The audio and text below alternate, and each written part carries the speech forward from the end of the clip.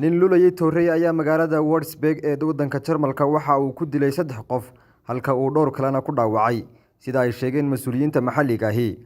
Muuqaalo lagu baahiyay baraha ay bulshadu ku wada xiriirto ayaa waxa ay muujinayaan nin Toorey weyn wato oo dadka hortagay isla markaasina ay iska caabinayaan. Qofka looga shakisan yahay inuu falkan geystay ayaa ah Soomaali 24 jir ah waxaana laga toogtay boodada ka hor inta aan la xidhin.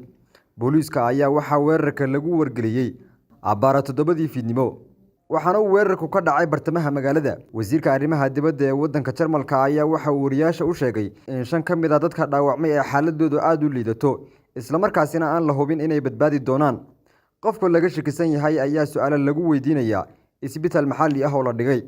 Saraakiisha ayaa sidoo kale waxa ay baadhayaan ninkaasi iyo gurigiisa. Sidoo kalena waxa ay baadhayaan dadka uu xiriirka la sameeyay si ay cadeymo dheeraad ah u helaan. Qof goobjooga ah ayaa laga soo wariyay inuu sheegay in qofka laga shakisan yahay uu intii uu weerarku socday uu ku qaylinayay Allahu Akbar. Hase yeeshee afhayeen u hadlay booliiska ayaa sheegay in qofka weerarka geystay uu faldambiyadii hore gacan ku lahaa hase ahaatee aanay falalkaasi iyo kanba uga shakisanayn inuu argagixiso la xidhiidho. Axmed Shimaali, Honkable TV, Hargeysa.